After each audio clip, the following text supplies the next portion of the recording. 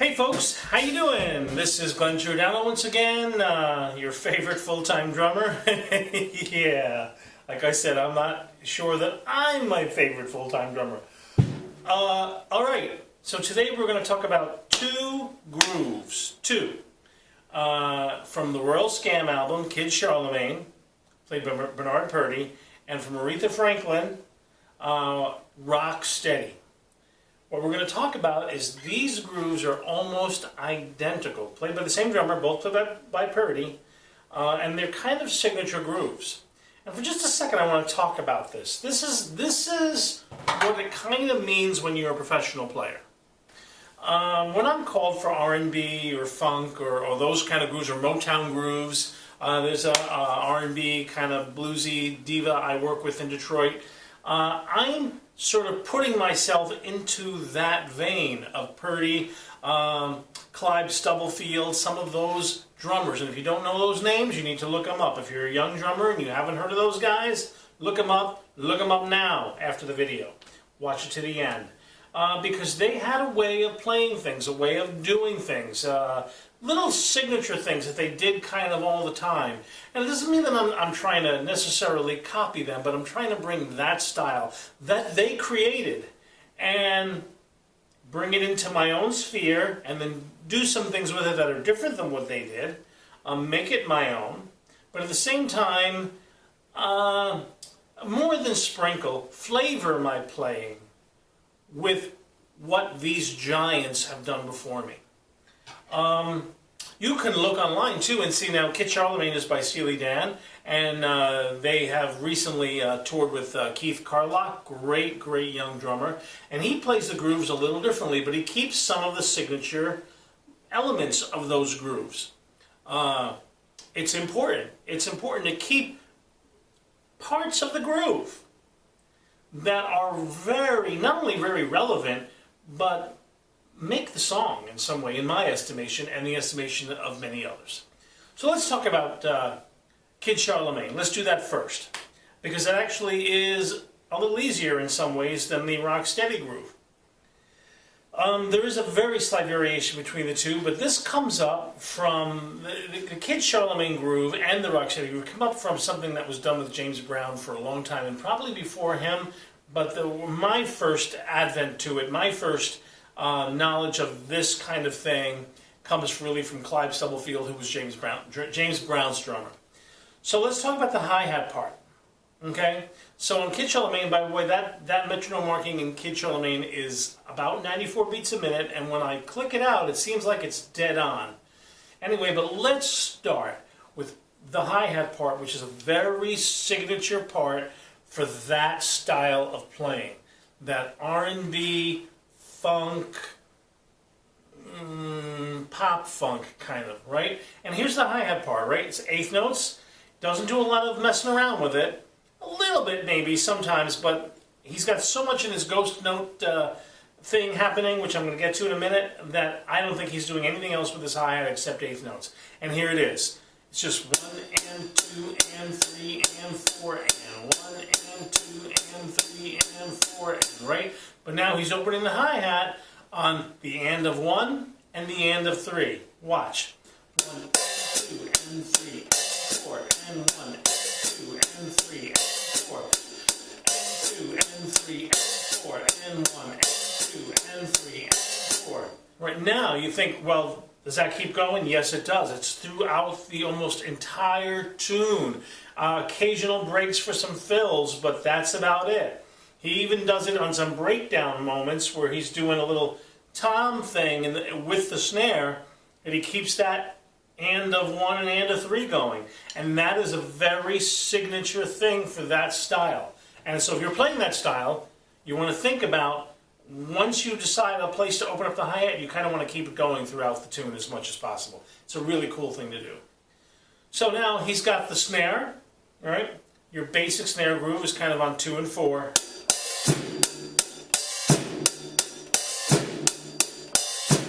Now we're going to add the E of 3.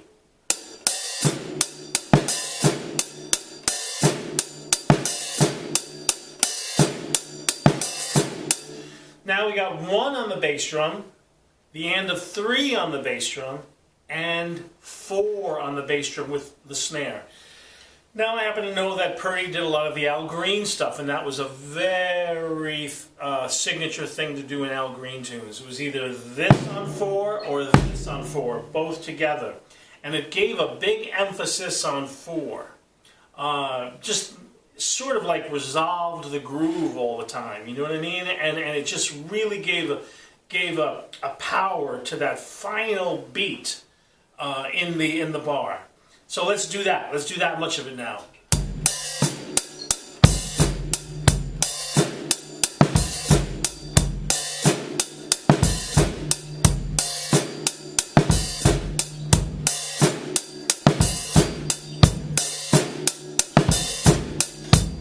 Now, okay, so you're saying, that's not hard, Glenn, that's not a big deal. What's the big deal about this groove? The ghost notes. The ghost notes.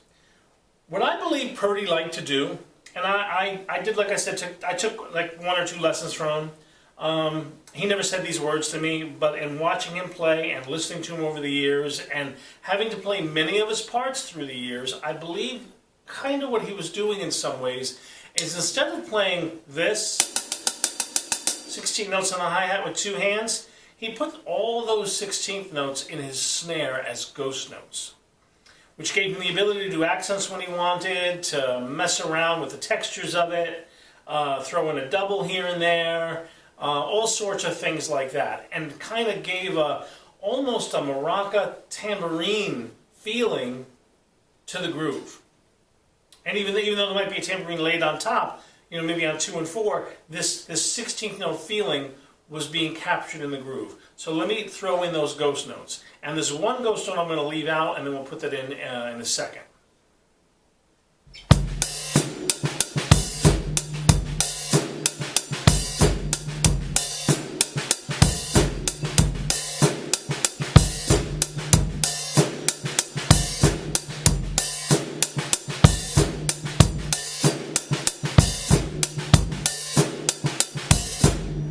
Again, you're saying, that's not that hard. You're right, it's not that hard. Now we're going to add the hard part. And we talked about this with the halftime shuffle. He's going to do that E after 2.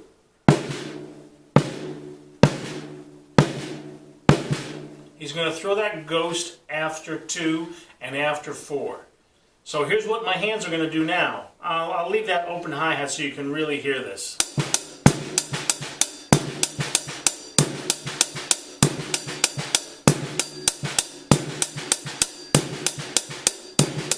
Now the whole beat.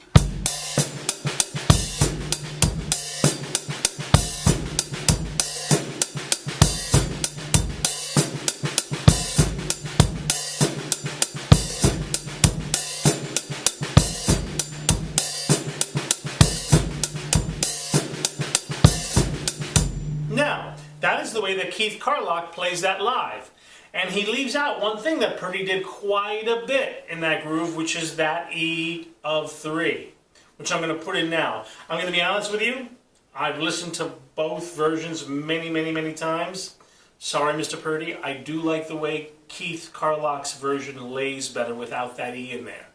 And I've heard some other drummers play it live with Steely Dan, and they put in that E, and to me, it seems to get in the way. When I get a call and this song is on the set list, I leave out the E. But you do what you want. So let's put that in. Maybe I might not put it in the first bar, but because I want you to hear the contrast. But let's put that in. Here we go.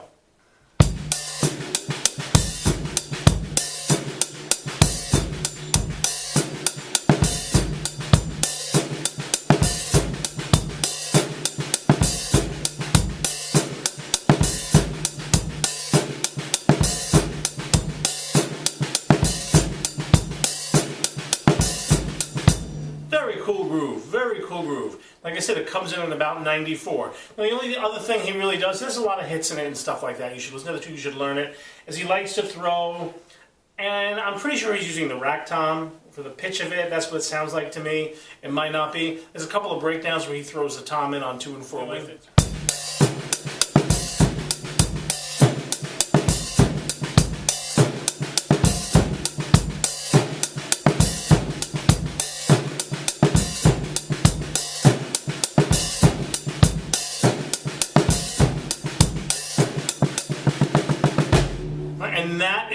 It's a very cool groove.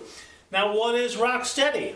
It's that same groove. It's that same groove. The only thing he adds, he doesn't do the E as often. Matter of fact, he plays the duh of 2 and the E of 3 a little louder sometimes to make it a little more like this.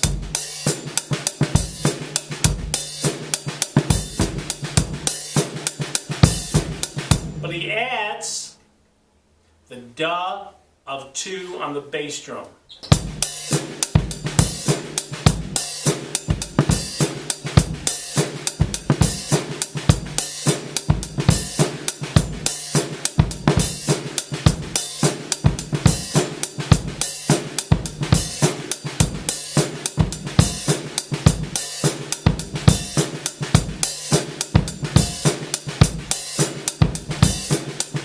And he does breakdowns with the 4-tom as well.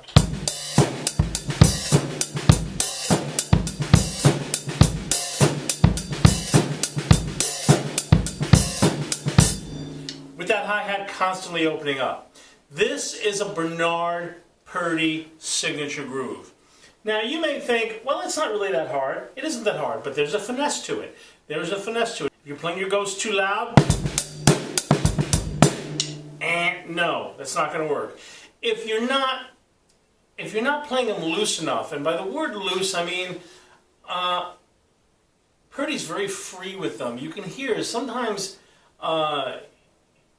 he's almost shuffling a little bit, and then he's not, and very free, very soulful, but his time is very consistent. Purdie was called the hit maker. And they knew that if you put him on your tune, you were probably going to have a top 10 hit, because that's the way he played. So let's do that Kid Charlemagne groove one more time, and let's do it in the tempo of the tune. I'm going to get my metronome and be right back. And we're back, ladies and gentlemen. Now let's lay right into this. That's clicking away at 94 beats a minute, and this is going to approximate what maybe Purdie heard in his headphones with the Steely Dan set, the song he was doing in the studio. We are going to be doing 1 on the bass drum, the end of 3 and 4. We are going to be doing that hi-hat opening on the end of 1 and the end of 3. We're doing all those ghost notes, including after 2 and after 4. And we're going to add that E of 3. 1, 2, 3, 4.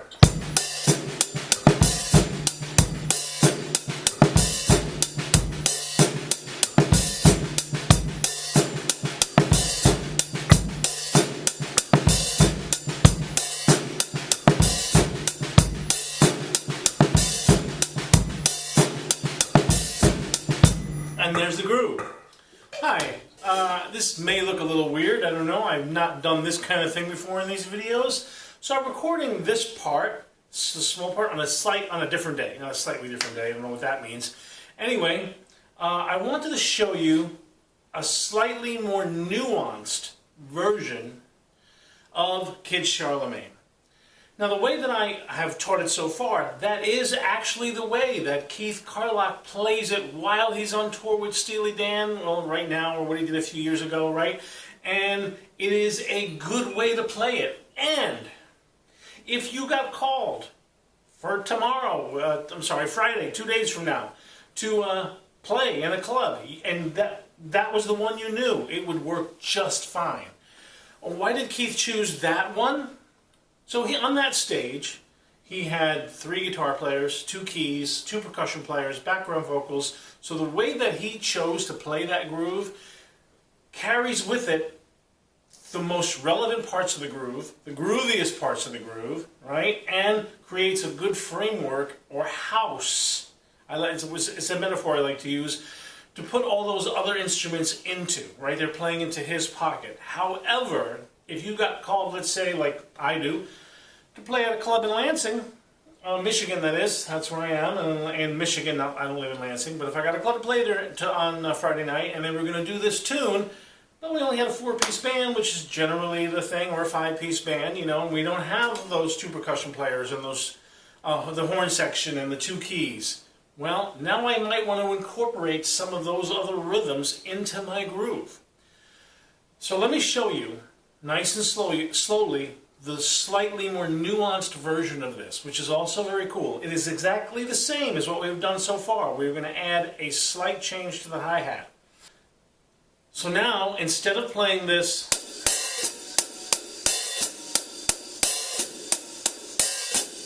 we're going to do virtually the same thing, except we're going to accent the ands, or the upbeats, and not play the hi-hat with our hand when it comes down on 2 and 4. So watch.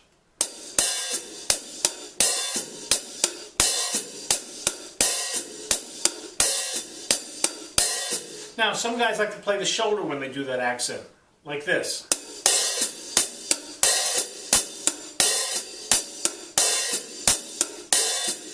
I actually don't like that. I do it now and then. I like to if I'm going to bring up the accent at the end of the tune, I prefer just, I call it tipping it. So let's watch this groove now, slow. Everything else is it's the same, with that accenting on the ups, not playing on the 2 and 4. I'm going to do it slowly, and then I'm going to put the metronome on and do it to tempo for you. And you can hear the difference between these two versions of this groove. So here we go. 1, 2, 3, 4.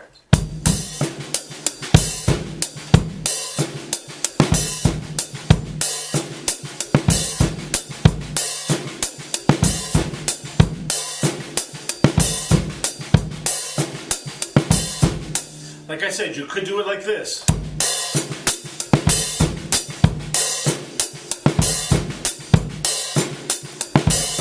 Now, I'll be right back with the metronome on 94, and we'll go for it, and then we'll put you back to your regularly scheduled programming. That's hard to say. Be right back. Here we go, guys. 1, 2, 3, 4.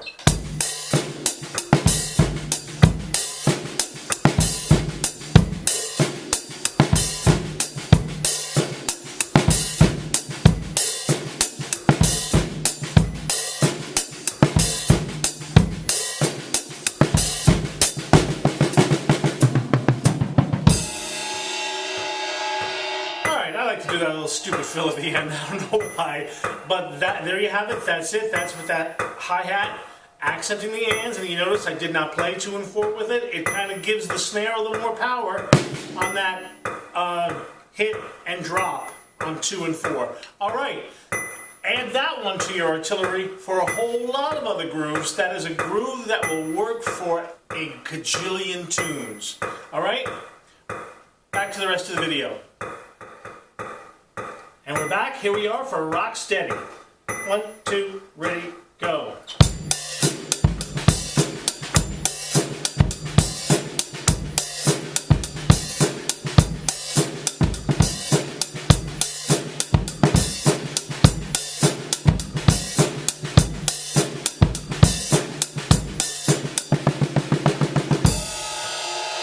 And there you have it.